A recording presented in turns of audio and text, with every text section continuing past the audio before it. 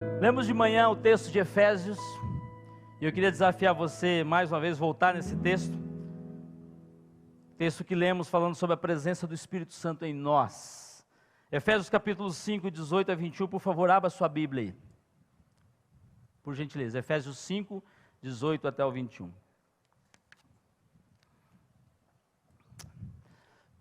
O Espírito Santo, como dissemos pela manhã, ele nos toma, ele nos capacita, ele nos orienta. A ação do Espírito Santo em nós, ela é evidente, ele habita em nós. Nós somos propriedade do Senhor e somos selados com o Espírito. Selo, quando a Bíblia fala de selo, fala de posse e de segurança, como está em Efésios capítulo 1, versículos 13 a 14. Somos selados pelo Espírito Santo de Deus. E a Bíblia diz também que não podemos entristecer o Espírito Santo de Deus, como diz em Efésios 4:30. E nós entristecemos o Espírito Santo quando estamos em pecado, quando pecamos. Lembrando que todos nós somos pecadores, todos nós. Mas somos lavados e remidos pelo sangue de Jesus, aquele que tem Jesus como Senhor e Salvador. E nesse texto Paulo está orientando as igrejas, do contexto ali da igreja da cidade de Éfeso. A carta aos Efésios não é somente para a igreja de Éfeso, é uma carta chamada uma carta circular ou uma encíclica. Paulo escreve a carta aos Efésios quando estava na prisão, na sua primeira prisão domiciliar em Roma. Os historiadores vão dizer que Paulo, ele passa por duas prisões, como eu dizia hoje de manhã e vou repetir agora. A primeira prisão que Paulo é cometido em Roma é uma espécie de prisão domiciliar. Alguns vão dizer que ele alugara uma casa para ficar ali preso, porque Paulo queria chegar em Roma. E alguns também dizem que Paulo poderia estar preso numa casa estabelecida pela guarda romana, mas uma prisão domiciliar. E ali ele escreve 4 cartas. A carta aos Efésios, a carta aos Filipenses, a carta aos Colossenses e a carta de Filemão. Depois Paulo passa por uma segunda prisão em Roma. E aí ele escreve então a sua última carta. O texto vai dizer que depois da segunda prisão em Roma, após Paulo foi martirizado. E ele escreve, por exemplo, 2 Timóteo. Quando ele pede para que Timóteo visite ele, dizendo: Timóteo, venha me visitar, traga a capa, porque aqui é muito frio. Era uma prisão muito fria, muito gélida. E ele estava ali num momento difícil, e ele pede para que trouxesse a capa para protegê-lo do frio, mas também pede para que traga a ele os pergaminhos, para que ele continuasse estudando. Então Paulo é um homem que tem isso muito claro no seu coração. E aqui no texto de Efésios capítulo 5, eu quero que você leia comigo, versículos 18 a 21, Paulo está dando orientações básicas, elementares para a prática da vida cristã. Leia comigo então Efésios 5, 18 a 21, que assim diz: E não vos embriagueis com vinho, em que há contenda, mas enchei-vos do Espírito, falando entre vós em salmos e hinos e cânticos espirituais, cantando e salmodiando ao Senhor no vosso coração, dando sempre graças por tudo ao nosso Deus e Pai, em nome do Senhor Jesus Cristo, sujeitando-vos uns aos outros no temor de Deus, diz assim as versões. Então Paulo está orientando de uma forma prática como deve ser a prática do corpo de Cristo, da igreja de Jesus. É como se você recebesse aí um manual de procedimentos. É como se recebesse um regulamento para você se portar de uma forma que agrade a Deus. É como se recebesse um manual da vida cristã, da vida prática. Por isso que Paulo usa muito a questão das dimensões. Ele fala de céu e inferno, ele fala de vida cristã e a vida carnal. Ele fala, aqui nesse contexto do capítulo 5, do embriagar-se com vinho e o estar no Espírito. Paulo faz uma comparação. E os escritores vão dizer que parece uma comparação muito superficial, muito simples, mas com um resultado muito profundo, com um objetivo muito profundo. Martin Lloyd-Jones vai dizer o seguinte, que quando a pessoa se embriaga, o álcool, por exemplo, ele tem um efeito depressivo. Na farmacologia, o álcool tem um efeito depressivo. E Lloyd-Jones vai dizer que o álcool ele é um ladrão de cérebro. Quando a pessoa se submete ao álcool e fica alcoolizada, o cérebro dela é tomado, ele é roubado. O álcool rouba as condições, as faculdades mentais. Ao contrário disso, o Espírito traz vida. O Espírito traz novidade. O Espírito estimula a mente, o coração e o cérebro a adorar ao Senhor. E o que Paulo está chamando a atenção nesse texto aqui, desse Espírito que habita em nós, de sermos selados pelo Espírito Santo, de não devemos entristecer o Espírito Santo. Obrigado, Neide, Deus te abençoe, tá? Depois você paga um churrasco para mim, tá bom? Vou pagar um para você lá na sua casa. Paulo está dizendo o seguinte, que nós precisamos entender que o Espírito Santo tem esse papel fundamental.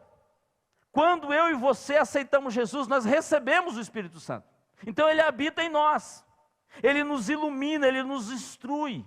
Ele nos condiciona, ele nos capacita a entender as Escrituras. O Espírito Santo é aquele que nos consola, que intercede por nós, que age em nosso favor. O Espírito Santo testifica que nós somos filhos de Deus. Mas a ação de Paulo aqui é entender que existe uma ordem, um imperativo. Na terminologia bíblica, o imperativo é uma determinação. E Paulo está dizendo o seguinte, eu e você precisamos ser o quê? Cheios do Espírito Santo. Não é algo que eu posso optar. Não é algo que eu posso escolher, eu quero ser cristão, mas eu não quero ser cheio do Espírito Santo. Eu quero ser cristão e quero continuar com o estilo de vida que eu tinha em outrora. Não, não há essa opção, é uma determinação. E além desse imperativo, tem 4 tempos no particípio. O que é isso? Paulo está dizendo o seguinte, quando que eu sou cheio do Espírito Santo? Quando eu estou falando, louvando, dando graças e me submetendo. Então alguém que é cheio do Espírito Santo está falando de Deus, está falando do Espírito Santo. Ele expressa isso, ele demonstra isso. Ele vivencia isso, ele declara isso. Mas também ele está adorando, está louvando a Deus. E aí tem uma questão muito séria, que muitos de nós achamos que eu só estou com o Espírito Santo quando eu estou louvando a Deus, quando esteticamente, corporalmente e até no convívio com os meus irmãos, eu estou ali numa prática de louvor e de adoração, e eu acho que a ação do Espírito Santo se resulta neste momento, não. Muito pelo contrário, é muito mais do que isso. Se eu e você queremos ser cheios do Espírito Santo, eu preciso falar, eu preciso louvar, e eu preciso dar graças a Deus. Por isso que nessa noite, demos graça aqui nessa noite. E até dar graça pelas lutas, pelas dificuldades, pelos momentos difíceis que enfrentamos. E também lembrar de dar graça pelas vitórias que nós temos. Dizer, Deus, muito obrigado, porque eu não podia passar naquele concurso. Mas o Senhor abriu a porta, o Senhor agiu na minha mente. Eu estava essa semana visitando uma família, e a senhora daquela família é uma funcionária pública, e ela diz o seguinte, que ela recebeu uma informação que teria tal concurso, e ela falou assim, mas é muito difícil, só tem uma vaga. E ela falou assim, esse tem que entrar para valer mesmo, não dá para entrar para ser segundo. Como ela dizia, não dá para entrar e ser o Barrichello, tem que vencer mesmo. Coitado do Barrichello, né? E ela foi lá, e ela se preparou, e foi interessante que naquela semana que antecedia a prova do concurso, toda a família veio do interior do Paraná para poder ir para a praia. E ela era sempre aquela que articulava aquelas viagens de férias de família, sabe? Tem gente que sempre gosta de fazer isso, aquela que articula, que vê local, valor, não sei o quê, que faz as compras. Ela era a articuladora da festa da família, e ela foi quem alugou a casa numa cidade que tem praia aqui em Santa Catarina. E quando a família estava chegando para se reunir na casa dela, para ir para determinado lugar, o Espírito Santo falou com ela o seguinte, você não falou que quer estudar? Como é que você vai para a praia agora? Diz ela que ela falou assim, agora é a hora. E ela falou assim, ela foi lá para o quarto dela, orou, e ela falou, família, é o seguinte, eu não vou para a praia. Mas como assim? Você tem que ir, é você que alugou a casa, é você que fez tudo. Falando, eu não vou para a praia porque eu preciso estar focado nesse momento para poder fazer o concurso. E ela fez isso, e a família foi. E ela teve a felicidade de passar naquele concurso e ser hoje muito bem empregada num concurso, numa função federal, e muito bem, graças a Deus. E só tinha uma vaga. Esse entendimento que a gente precisa ter, do foco naquilo que é o mais importante. E ela estava nesse momento dando graças a Deus pela vitória que Deus deu. Mas também eu preciso me submeter à ação do Espírito Santo. Dizia de manhã, e estou repetindo agora, que eu posso ser selado pelo Espírito, ser condicionado pelo Espírito, eu posso ter experiências com o Espírito, mas posso talvez não estar cheio do Espírito Santo. Então Paulo está dizendo o seguinte, há uma ordem, há uma determinação. Ser cheio é ter a plenitude do Espírito Santo. Mas também o tempo verbal aqui, do texto no original do Novo Testamento, que é o grego, está na forma plural, ou seja, ele também acontece no ambiente da comunidade. É por isso que eu e você precisamos da igreja, meu irmão. É por isso que você precisamos estar num pequeno grupo. É por isso que você precisamos entender que a vida cristã, ela é feita na comunidade. Por isso nós ficamos desafiando todo dia, vem para a igreja, esteja junto, porque eu me alimento com meus irmãos, eu canto com meus irmãos, eu choro com meus irmãos, eu abro o coração com meus irmãos, e na comunidade, na unidade em comum, eu sou abençoado e eu tenho a presença do Espírito Santo de Deus em mim. Você consegue entender isso? Então há determinação, há uma ordem, há um processo, mas ela acontece também de forma plural. E a voz aqui, do tempo verbal, está na voz passiva. Ou seja, eu preciso deixar que o Espírito Santo me encha. Quando eu preguei hoje de manhã, saí aqui, terminou o culto, terminou a mensagem, eu desci. Estava conosco hoje de manhã a irmã Maria, eu quero que ela esteja com a gente, é a mãe da Clarissa, esposa do Antônio. Ela falou, pastor, vem aqui no bebedouro, eu quero te ensinar algo. Eu falei, que bom, vamos lá. O Espírito Santo falou comigo, ela falou, pastor, e ela começou, eu disse para ela que, achei muito interessante isso, e por isso eu estou repetindo aqui, ela ligou o bebedouro e ela falou, pastor, está vendo esse copo aqui? Eu falei, sim. Eu posso escolher beber só parte dele ou encher ele parcialmente. Eu posso escolher colocar outras coisas aqui dentro. Mas eu quero mostrar para o Senhor que Deus falou comigo o seguinte, que na medida que eu vou me enchendo do Espírito, a água, que simboliza o Espírito, vai transbordando em mim. E eu vou absorvendo cada vez mais. E eu vou crescendo cada vez mais.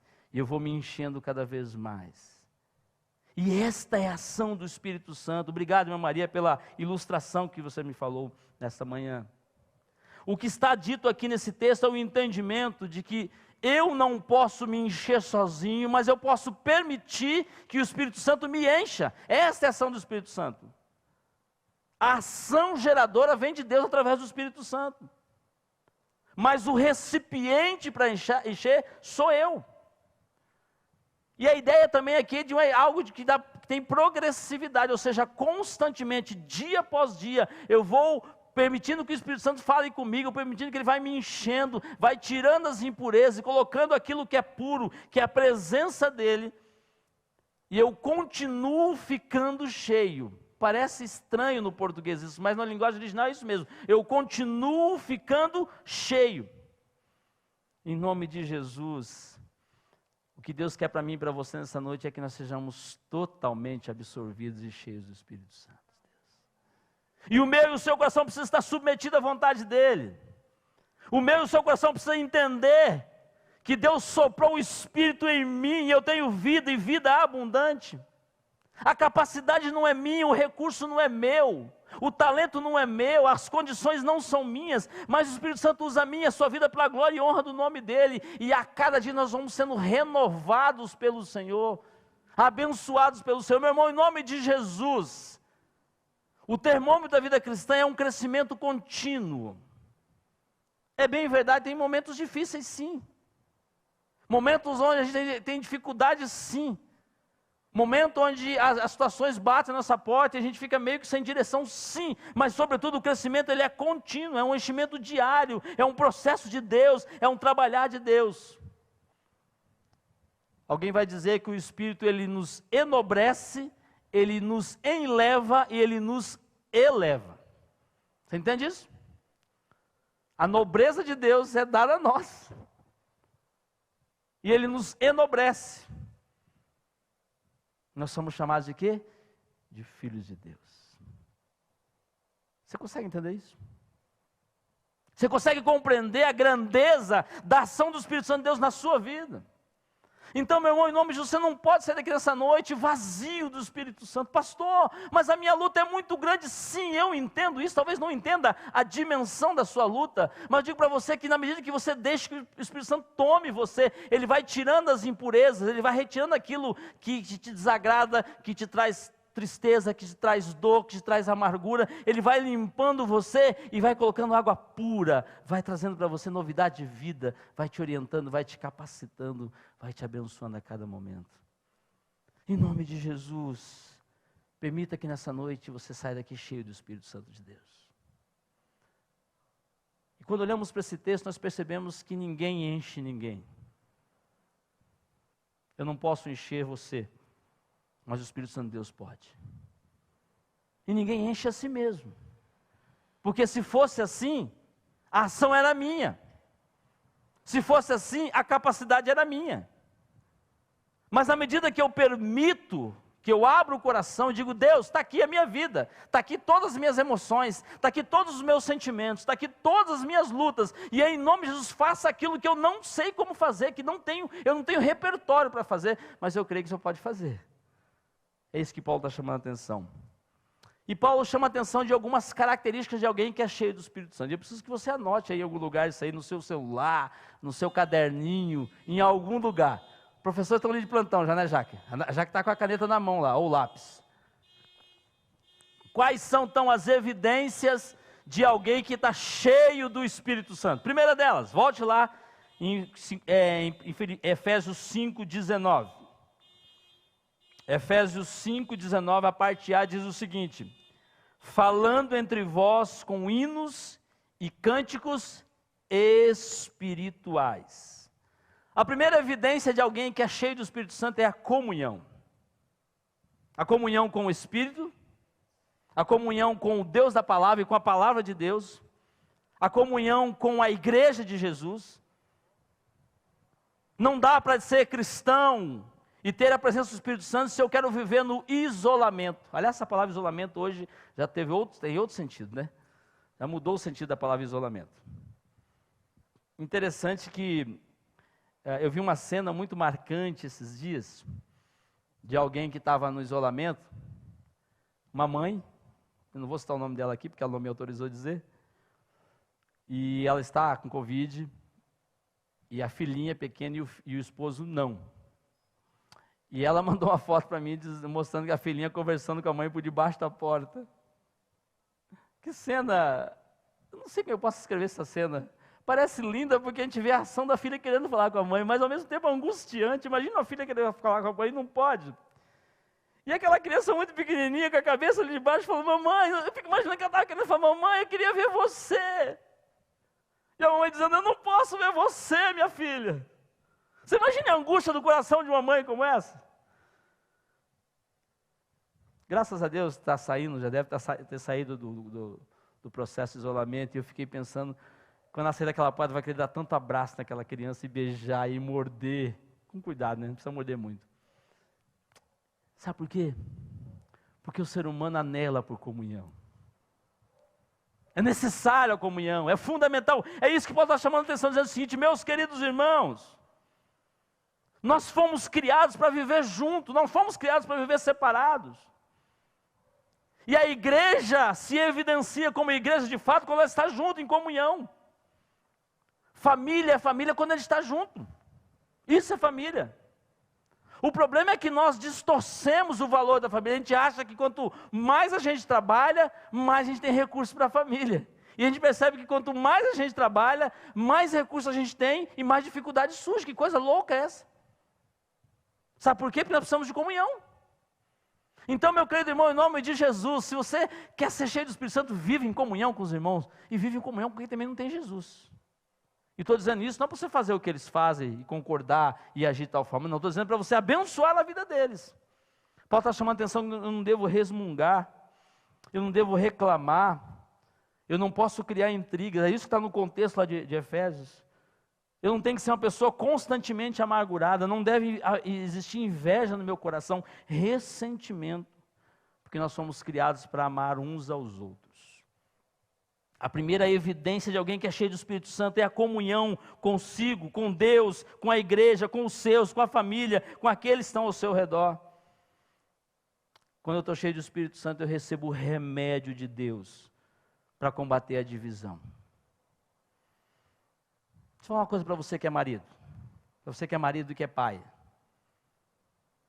Você quando sai de casa para trabalhar, você tem prazer de voltar para casa? Sim ou não? Você tem alegria de voltar para casa? Porque é dois polos muito interessantes.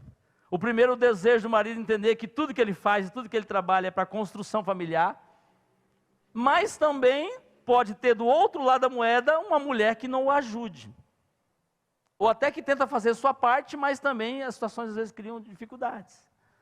É uma via de mão dupla, certo? Mas você que é mulher, você que é mãe, você que é esposa, qual é a razão da sua existência? Por que você trabalha? Por que você constrói? Essas perguntas nós temos que fazer constantemente. Porque senão eu vou achar que a vida se resume na construção, nos valores que eu crio, naquilo que eu posso angariar, naquilo que eu posso alcançar. E muitos de nós até ganhamos, conseguimos algum recurso, mas não podemos usar. Então, meu querido, em nome de Jesus, busque a comunhão a cada momento. A falta de comunhão, ela é sinal de carnalidade, muitas vezes de infantilidade espiritual. Em nome de Jesus, busque a comunhão a cada momento. Leia comigo o Salmo 95, por favor, versículo 1. Salmo 95, 1. Diz o seguinte, esse salmo: Vinde, cantemos ao Senhor com júbilo, celebremos o rochedo da nossa salvação. Ou seja, cantemos juntos, vamos adorar ao Senhor, vamos estar em comunhão, vamos buscar abençoar um ao outro, caminhar um com o outro.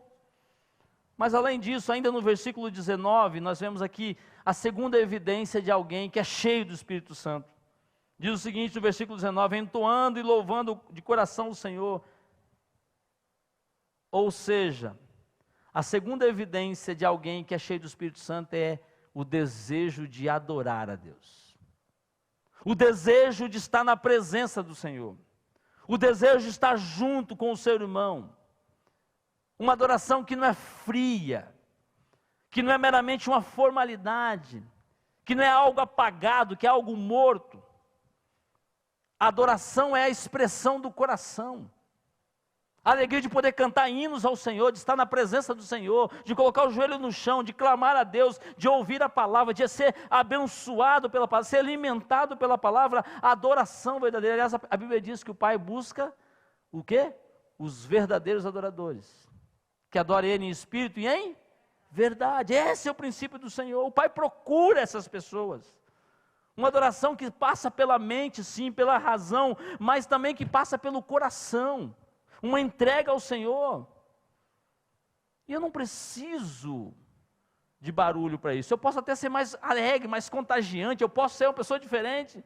Eu sempre brinco que quando eu vou numa igreja mais avivada um pouquinho, eu fico lá olhando, como um bom filho de mineiro que sou, fico olhando, daqui a pouco começa a mexer o pezinho, um passinho para o lado, daqui a pouco eu estou junto com a galera lá. É um estilo. Mas tem gente que faz diferente. Qual o problema disso? O importante é que você entregue a sua vida para o Senhor, adore Ele em espírito e em verdade. Se você não consegue adorar a Deus com alegria, talvez há mais espaço no seu coração para a carnalidade do que para a ação do Espírito Santo. Pastor Hernandes Dias Lopes diz uma frase muito interessante, diz o seguinte, que o culto não é experiencialismo, mas um culto em espírito e em verdade. Um culto cristocêntrico, alegre, reverente e vivo. Deixa eu dizer uma coisa para você. Não depende do outro. Não depende do estilo de culto. Não deve depender do estilo da música que é cantada. A adoração, em primeira instância, ela não depende do que é apresentado aqui. Isso aqui faz e ajuda muito, faz toda a diferença. É bom em um lugar que você canta bem, que você é feliz, que o pessoal bota a gente para cima, que a gente canta, não sei o que, é muito bom isso. Mas não deve ser somente isso. A adoração precisa ser uma ação do coração. Se há muito tempo você não consegue sentir alegria na adoração, você precisa rever os seus conceitos, a sua forma de adorar, o que toma conta do seu coração, porque alguém que é cheio do Espírito Santo adora ao Senhor com alegria no coração. Mesmo que ao redor tudo deponha contra. Então a segunda postura de alguém que é cheio do Espírito Santo é o quê? Um adorador, alguém que busca o Senhor de todo o coração. Versículo 20, por favor, volta lá em Efésios 5, 20. Achou aí? Diz o seguinte: dando sempre graças por tudo ao nosso Deus e Pai. Como eu disse anteriormente, uma outra expressão de alguém que é cheio do Espírito Santo é um coração cheio de gratidão. Talvez uma das coisas que mais fere o coração de Deus é a ingratidão. Quantas vezes você foi ingrato? Quantas vezes você agiu de forma inconsequente? Quantas vezes você esqueceu do que Deus já fez por você? Quantas vezes você reclamou porque doeu uma unha e esqueceu que Deus curou você de uma enfermidade muito grande? Quantas vezes você não louvou a Deus pelo recurso que você tem porque você achou que alguém ganhou mais do que você? Eu estava vindo aqui para a igreja agora e eu vim de Uber hoje. E eu gosto de pegar Uber para conversar com o motorista do Uber. Eu estava conversando com ele e eu falei assim: rapaz, como é que tá as coisas aí? Ele falou: tá legal e tal, eu trabalho no outro trabalho e também o Uber para complemento de renda. E tá bom para você? Ele falou assim: rapaz, eu saí de casa hoje, pensei que ia ser ruim, mas tá bom demais. Eu falei: que bom, rapaz. Quanto você já ganhou? Aí ele me contou o valor lá. Eu falei: olha, o negócio tá bom mesmo, hein? E você acha que isso acontece pelo quê? Por quê? Ele falou assim: eu não sei, eu acho que o que está acontecendo é por causa do clima. Eu falei: não, né? Sabe por que está acontecendo isso? Porque Deus ama você, rapaz. É mesmo? O senhor é o quê? Eu falei: é só alguém que serve a Deus. Já pensa que é pastor, né? Eu não vou dar essa bola para ele. Deixa ele descobrir. Aí no final a gente parou ali e eu falei para ele: Deus vai te abençoar muito mais ainda hoje. Mas eu quero que você se lembre de uma coisa: Deus te deu o carro, Deus te deu a capacidade de dirigir, ainda bem que você dirige bem. Deus te deu os recursos, agradeça a Deus por isso. Deus te abençoe. Você consegue entender isso? Ou você está reclamando porque alguém no seu emprego foi promovido e você não foi. Ou você acha que Deus é injusto contigo porque aquele ganha o valor X, você não ganha o valor que ele ganha. Ou você acha que Deus está sendo injusto com você porque o seu concorrente está tendo mais opções que você. Não, em nome de Jesus, agradeça a Deus por aquilo que você tem. O agradecimento, uma vida de gratidão é uma liberdade, é um estado de libertação que nós passamos, ou que experimentamos. Em nome de Jesus, agradeça por tudo que Deus fez para você. Não questione até mesmo as lutas que você está passando, porque Deus nos forja, Deus nos molda no momento de dificuldade. Por isso que Paulo vai dizer no texto de Romanos capítulo 8, pois sabemos, Romanos 8, 28, pois sabemos que todas as coisas, o quê? Cooperam ou trabalham juntas para o bem daqueles que amam a Deus, daqueles a quem Ele chamou de acordo com o seu plano ou propósito. Certo? Eu me lembro que conversava com um colega de ministério, e ele falava para mim que no ano que a gente terminou o seminário, no ano de 2001, ainda lá no Rio de Janeiro, ele estava orando muito para Deus mandar ele para uma cidade pastorear. E ele tinha ido naquela cidade algumas vezes já, quando era seminarista, assim que funciona o processo. Quando você está no último ano do seminário, algumas igrejas te convidam para você pregar, e ali pode ser o indício de você depois sair do seminário e ser pastor de uma igreja. E ele se encantou com uma igreja lá e gostou muito. Ele falou assim: essa igreja vai me convidar para ser pastor. E ele criou expectativas. E ele foi uma, foi duas, foi três, foi 4 vezes. Quando estava chegando no final do ano, ele recebe naquele tempo ainda, no tempo do, você imagine como nós somos velhos, no tempo do fax. Sabe o que é isso, gente? É coisa velha mesmo. Já podia ter recebido um e-mail, porque naquele tempo já tinha e-mail, tá? Não é tão velho assim. Mas ele recebeu um fax dizendo o seguinte: queremos agradecer todo o seu apoio, por você ter vindo várias vezes aqui, mas nós resolvemos escolher fulano para ser o pastor da igreja. Ele ficou tão chateado com aquilo. E ele falou que ele foi para o quarto, ele falou: Deus, por que o Senhor permitiu isso? E ele ficou bravo com Deus. E sabe o que Deus disse para ele naquela oração? Quem é que chama? Sou eu ou você? Quem capacita? Sou eu ou é você? Quem te trouxe para cá? Você veio por conta própria ou te trouxe? De quem que é a igreja? E a lista foi aumentando. No final ele fala assim, ele diz ele que terminando aquela oração, falou: Jesus, já entendi. Eu já entendi. E ele conta que depois de alguns meses uma igreja o convidou, e ele está naquela igreja até hoje, mais de 20 anos passando naquela igreja com tanta alegria. Sabe o que é isso? Um coração grato a Deus. Ação de graça por aquilo que Deus faz por nós. Então, meu querido irmão, em nome de Jesus, você quer ser cheio do Espírito Santo? Tenha uma vida de gratidão. Agradeça pelo seu emprego, agradeça pela sua família. Ah, pastor, meu marido não é perfeito. Não tem marido perfeito. Beleza? Fica com esse mesmo. Ah, pastor, a minha mulher, meu Deus, se eu fosse fazer aqui uma relação dela, tinha que pegar uns 3 cadernos, porque a minha mulher é uma bênção de Jesus. Só que não. Fica com essa mesmo, que trocar dá um trabalho danado. Ou você pensa que você vai casar com uma mulher linda, perfeita, maravilhosa. Geralmente, quando o homem está na situação dele, ele cria um estereótipo de uma mulher que não existe. Não existe nem em Hollywood. Agradeça a Deus pela sua família. Agradeça a Deus pelo carro que você tem.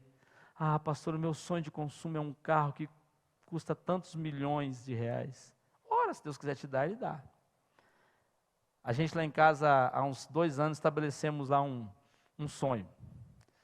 De comprar um carro que a gente achou que deve ser o carro do nosso sonho.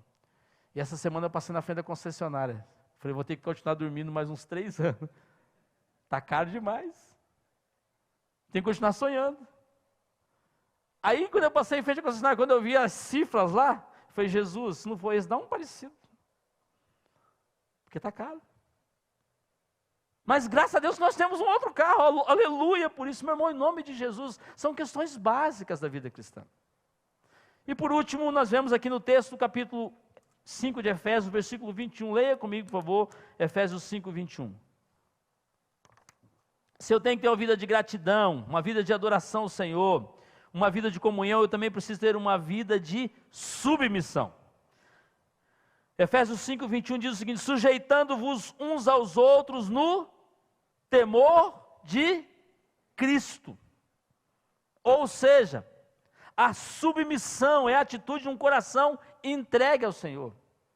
A obediência deve ser incondicional. A obediência deve ser irrestrita. E aliás, obediência é sinal de maturidade, meu irmão. Maturidade. Quando eu obedeço a Deus, é o sinal que eu estou crescendo cada vez mais na vida cristã. Eu já passei da fase da rebeldia. Quem aqui não foi rebelde, principalmente na adolescência? Eu estava me lembrando de uma história essa semana que me marcou muito. Eu tinha mais ou menos uns 13 para 14 anos de idade, e um dia eu incomodei tanto, mas tanto os meus tios. Eu fui criado pelos meus avós, e meus tios eram como se fossem aqueles irmãos mais velhos, né? E eu me lembro que eu fui uma vez sair com os meus tios, e eu estava incomodando muito o meu tio, que ele ficou tão bravo comigo, que ele me largou no meio da rua, umas 10 horas da noite, e foi embora. Eu só me lembro que tinha um posto de gasolina, uma igreja presbiteriana perto, fechada, porque era, não sei que hora da noite já era, e tinha um campo de futebol perto. Eu falei assim, eu vou ficar no posto, que é o mais iluminado possível. E eu me lembro que eu sentei ali na calçada do posto e fiquei esperando, o que vai ser agora? Eu não sabia nem como é que eu ia para casa. E eu fiquei esperando, assim, ele vai votar, né? Tem que votar, imagina, eu estou aqui sozinho. Aí eu comecei a pensar, por que aconteceu aquilo? E eu percebi que eu era o culpado mesmo. E passou 10 minutos, 15, 20, começou a bater o desespero. E o meu tio, estrategicamente, não foi me buscar. Mandou meu outro tio me buscar, meia hora depois. Aí eu vi aquele carro voltando e falei assim, deve ser ele. E ele falou assim, ó, o seu tio não veio te buscar, não está tão bravo como você quer te bater. E o meu outro tio me levou para casa e me deu um sermão de mais ou menos uns 20 minutos, que eu lembro das palavras até hoje. Eu mudei um pouquinho. Precisava mudar mais, né? Muitas vezes a gente é insubmisso. Muitas vezes nós queremos a bênção de Deus, mas eu não me submeto à orientação do Senhor. Muitas vezes eu não me submeto àqueles que são os meus líderes. Meu querido, em nome de Jesus, você tem a liberdade de até expor o seu sentimento, o que você está pensando. Mas o princípio da submissão é um princípio de respeito. E aliás, um bom líder, primeiro ele é um bom liderado. Se você é insubmisso, você nunca será um bom líder, nunca, a menos que você mude. Você nunca será um bom pai, ou uma boa mãe, se não for primeiro um bom filho, uma boa filha. Eu acho que eu posso fazer do jeito que eu quero, da maneira que eu quero, e quero que Deus ajeite as coisas para mim. Não, seja submisso à vontade do Senhor, caminhe na presença do Senhor, seja submisso à sua liderança, seja submisso ao seu esposo, à sua esposa, seja submisso aos seus pais. Porque quando há submissão, há a bênção de Deus. A submissão é uma ação, é um aspecto da autoridade, e sobretudo autoridade espiritual. Você quer ser abençoado por Deus? Seja submisso. Ser submisso ao seu patrão não é simplesmente ser um serviçal. Mas você tem ordens a cumprir. Eu faço do jeito que eu quero, ninguém manda em mim. Você vai estar desempregado. Simples e fácil. Mas em nome de Jesus, a submissão é uma postura de alguém que está cheio do Espírito Santo. Tiago capítulo 4, versículo 7 diz o seguinte: portanto, submetam-se a Deus, resistam ao diabo e ele fugirá de vós. Vou repetir: submetam-se a Deus, resistam ao diabo e ele fugirá de vós, ou de vocês, diz a minha tradução aqui, nova linguagem de hoje. E muitas vezes o diabo anda ao derredor, e a Bíblia fala que é assim que ele age, e nós damos brechas para o diabo sem perceber que uma das brechas que nós abrimos para o diabo é a insubmissão. Quer ser cheio do Espírito Santo? Tape as brechas. Seja submisso a Deus. Cumpra a vontade do Senhor. Ore, clame ao Senhor. Busque a Deus. Chore na presença de Deus. Peça a misericórdia de Deus. Diga: Deus, haja em meu favor, haja na minha vida. Conserta aquilo que está quebrado, Senhor. Esse é o processo de Deus. 1 Samuel capítulo 15, versículo 22 diz que Samuel, porém, respondeu. 1 Samuel 15, 22. Acaso tem o Senhor tanto prazer em holocaustos e em sacrifícios, quanto que se obedeça a sua palavra?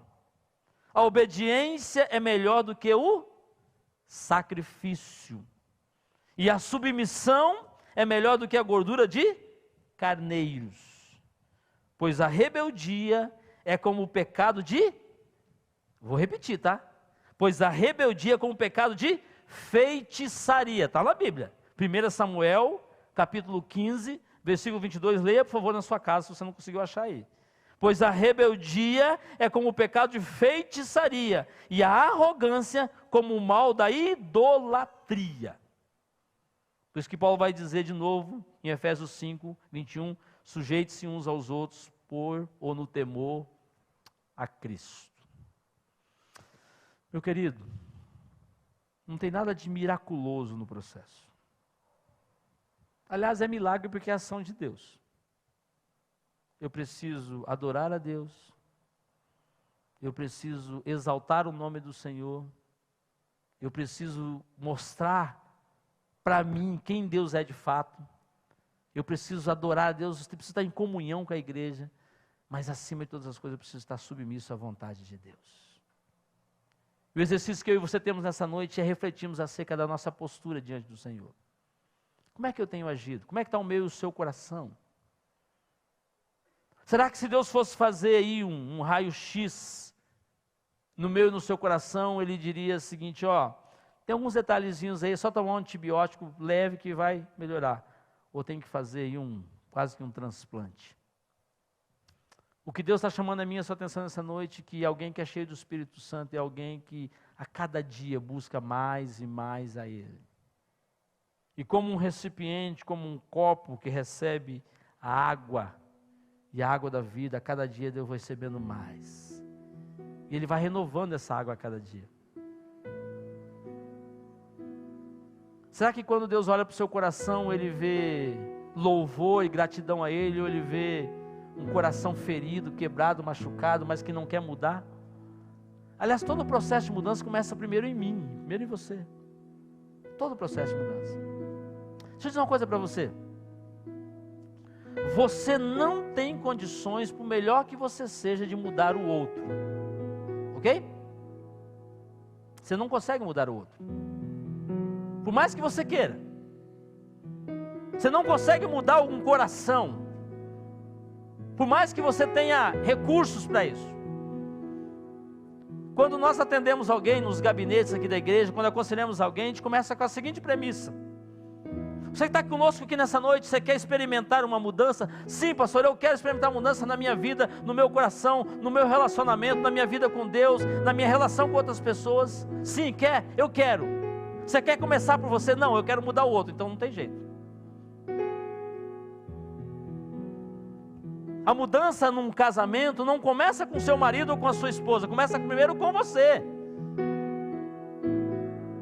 A mudança na adoração a Deus não começa se nós mudarmos o louvor aqui, embora quanto melhor for, claro que é melhor. Mas a mudança começa no coração dizendo: Deus, trata a minha vida, trata os meus desejos, trata as minhas emoções, trata aquilo que me afasta do Senhor. Senhor, me encha do teu Espírito. Muda, Senhor, muda esse coração ferido, muda esse coração que não consegue perdoar. Muda, Senhor, porque eu ainda continuo olhando para a vida lá de trás e continuo trazendo as impurezas para a minha vida, e continuo sofrendo, e continuo acumulando a amargura, angústia, dor. E às vezes eu estou tão pesado com tudo isso que eu não sei mais o que fazer. A Bíblia diz que devemos lançar sobre o Senhor toda a nossa ansiedade, porque Ele tem cuidado de nós. Você não consegue mudar o outro, você não consegue mudar um cenário a não ser com a mudança primeiro no seu coração. Na medida que eu sou cheio do Espírito Santo, Deus começa a usar a minha vida para a glória e honra do nome dEle. Na medida que você é cheio do Espírito Santo, Deus muda o seu cenário no trabalho. Na medida que você é cheio do Espírito Santo, Deus muda a realidade do seu lar. Na medida que você é cheio do Espírito Santo, Deus muda a relação com o seu pai, com o seu irmão, com a sua mãe, com o seu esposo, com o seu primo, com o seu sobrinho, com o seu colega de trabalho, com o seu patrão. E Deus vai promovendo a mudança através de nós. E o Espírito vai fluindo, o Espírito vai agindo, o Espírito vai nos enchendo. Em nome de Jesus. Nós vamos cantar uma música agora. Eu quero desafiar você nessa noite a dizer: Deus, encha-me, encha-me. Vamos cantar, depois eu quero terminar essa mensagem contando uma historinha para você, bem rápido.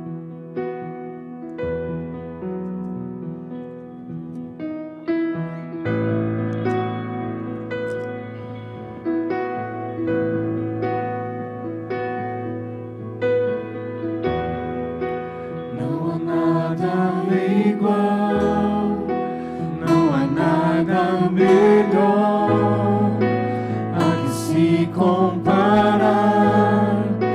Esperança viva,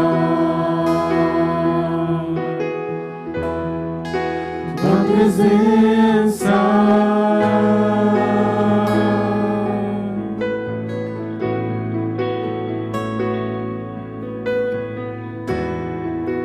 eu provei e vi o mais doce amor que liberta o meu ser e a vergonha desfaz.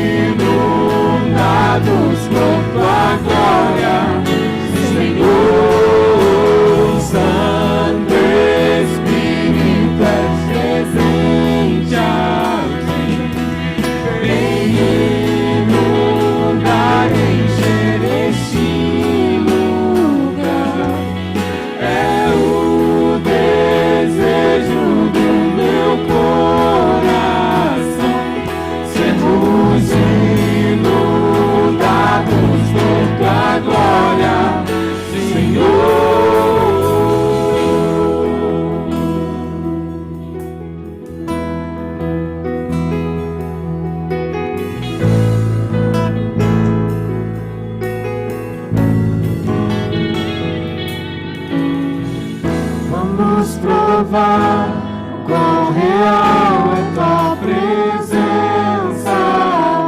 Vamos provar tua glória e bondade.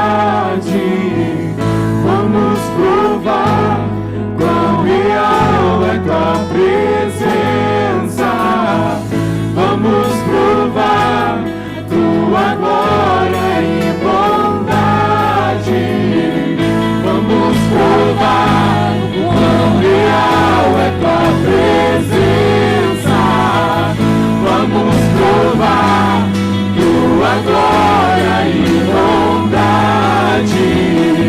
Vamos provar quão real é tua presença. Vamos provar tua glória e bondade, Senhor.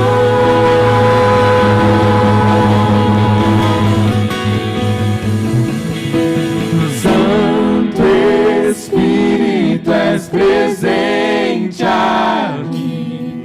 Vem inundar, encher este lugar. É o desejo do meu coração. Sermos inundados por tua glória, Senhor. Tem uma história muito interessante. Determinado professor de uma das universidades evangélicas dos Estados Unidos levou um grupo de alunos para visitar o seminário que Spurgeon dava aula. E ele morava dentro do seminário. Pode sentar um pouquinho. Ele morava ali. E aqueles alunos, depois de conhecer lá o local onde Spurgeon deu aula, Spurgeon é considerado como o príncipe dos pregadores, um homem que orou a vida inteira pela Inglaterra, a salvação do povo inglês, alcançou vários países do mundo inteiro. E aquele professor conta depois de visitar a casa onde Spurgeon morava, tinha ao lado da cama dele um tapete que tinha 2 marcas dos joelhos. O John conhece essa história, né, John? Eu conheço essa história. Onde ele se ajoelhava todos os dias, incessantemente, orando para Deus salvar a Inglaterra. E depois de mostrar aquilo tudo, esse professor volta para o ônibus. E quando ele chega lá no ônibus, ele percebe que estava faltando um aluno. E ele começa a procurar. Ele resolve então entrar de novo naquela casa onde Spurgeon morava. E de repente, quando ele chega lá naquele quarto, estava aquele aluno dizendo: faz de novo, Senhor. Faz de novo. Faz de novo, Senhor, o que o Senhor fez através desse homem. Faz de novo, Senhor. E o professor coloca a mão no ombro daquele aluno e fala: Billy Graham, vamos embora. Já está todo mundo no ônibus. E sem dúvida, depois de Spurgeon, um dos maiores pregadores de todos os tempos foi Billy Graham. Um homem que mudou na cidade de Dakota, nos Estados Unidos, uma lei, porque ele pediu autorização para a Câmara Legislativa daquela cidade para ir debater aquela lei, porque ele dizia que ele, como cristão, não poderia ficar inerte diante de algo que feria a palavra de Deus. E ele pediu autorização, ele foi na Câmara Legislativa, ele discutiu aquele assunto por autorização deles, e ele mudou o curso daquela lei, porque ele diz: faz de novo, Senhor. Faz de novo, Senhor. Você se lembra do início da sua vida cristã? Você lembra quando você chorava na presença de Deus? Você se lembra quando você colocava o joelho no chão e dizia: Deus, fala ao meu coração. Faz de novo na minha família, Senhor. Faz de novo me dando o ardor para pregar a tua palavra. Faz de novo, Senhor. Eu não quero ficar como um cristão inerte, como alguém que não tem mais alegria de te servir. Eu não quero viver na religiosidade. Eu quero mais o Senhor na minha vida. Faz de novo, Senhor. Faz de novo em mim. Restaura, Senhor, em nome de Jesus, a minha intimidade contigo. Restaura a vontade de te adorar. Restaura, Senhor, o ardor de pegar a Bíblia e olhar para a Bíblia e dizer: Senhor, aqui é a tua palavra, fala o meu coração, mexa comigo, muda o meu coração, muda a minha estrutura, muda a minha vontade, em nome de Jesus. Faz de novo, Senhor. Eu quero nessa noite orar por você, meu irmão.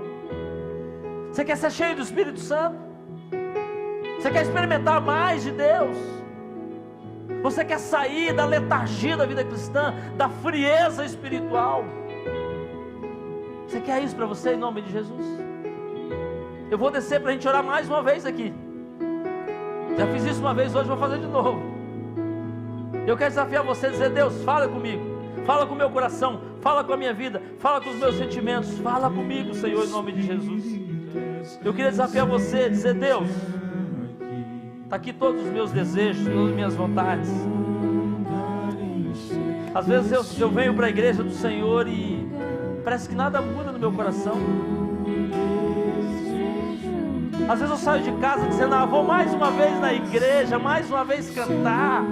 Parece que nada diferente acontece. Peça para Deus fazer de novo. Eu quero desafiar você que está conosco aqui nessa noite, aqui ou na sua casa, e que ainda não declarou que Jesus é o Senhor da sua vida, mas que hoje Deus tocou no seu coração dizendo: eu vou entregar minha vida, quero servir ao Senhor, eu quero adorá-lo, eu quero exaltá-lo, eu quero estar na tua presença, eu quero sentir isso que mexe com a gente. Eu quero isso para a minha vida em nome de Jesus. Você quer isso para você nessa noite? Quer? Vamos orar por isso? Você consegue sair do seu lugar para a gente orar junto aqui? Consegue? Pastor, de novo, vem de novo em nome de Jesus. Fica um pouquinho distante do pessoal aí, não tem problema.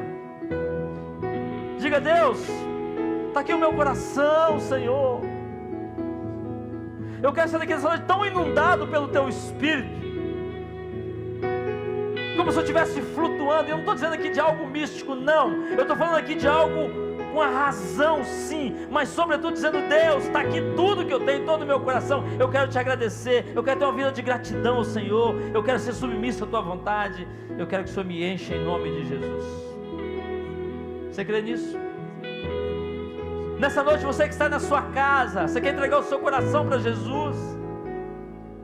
Eu queria desafiar você na sua casa a se ajoelhar aí, na sua sala, no seu quarto.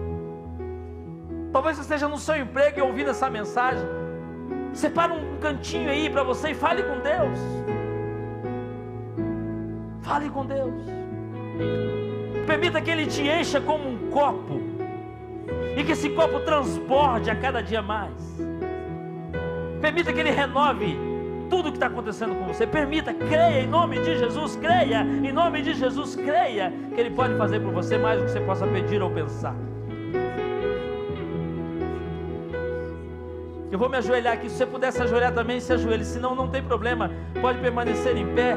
Ou se você quiser se assentar no seu banco, se assente.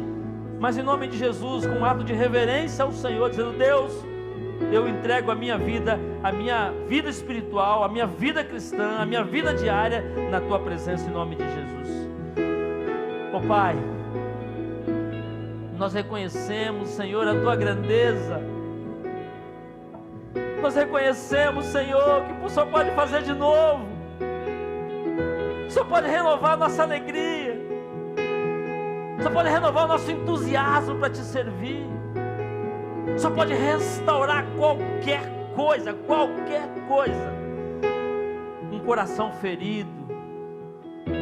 O Senhor pode restaurar uma enfermidade, ó Pai, curar essa enfermidade em nome de Jesus. Você pode restaurar relacionamentos, ó Pai, eu creio nisso. Haja naquilo que os Teus servos não conseguem agir, e até naquilo que eles conseguem sim. Coloque a Sua mão, Senhor, a mão poderosa, a mão curadora, a mão transformadora, a mão renovadora, em nome de Jesus. Pai amado, nós carecemos da Tua graça, nós precisamos do Senhor. Nós nada somos, nada temos, nada conseguimos, a não ser a ação do Senhor em nós, a intervenção do Teu Espírito, e nós queremos ser cheios do Espírito Santo de Deus. Pai, faz de novo, Senhor, em nome de Jesus. Faz de novo. Nós entregamos tudo que nós temos. no altar do Senhor nessa noite. Se alguém está aqui no nosso meio nessa noite, está entregando o coração para Jesus, que ele tenha a coragem de dizer: eu sou de Jesus Cristo, vivo não mais eu, mas Cristo vive em mim. Agora eu sou nova criatura. O Senhor me alcançou com o teu amor, e é algo que eu não consigo entender, mas eu quero isso para a minha vida. Em nome de Jesus, que hoje tem sido uma noite de salvação na tua casa, lá nas casas que estão ao alcance dessa transmissão. Ah, Pai amado, em nome de Jesus, faz de novo. Faz de novo, Senhor. Encha-nos com o teu Espírito. Renova-nos, transforma-nos. Abençoa a tua igreja, abençoe, dê direção à tua igreja em nome de Jesus. Assim nós oramos e agradecemos o nome soberano, poderoso, o nome maravilhoso, o nome de Jesus. Amém. Amém.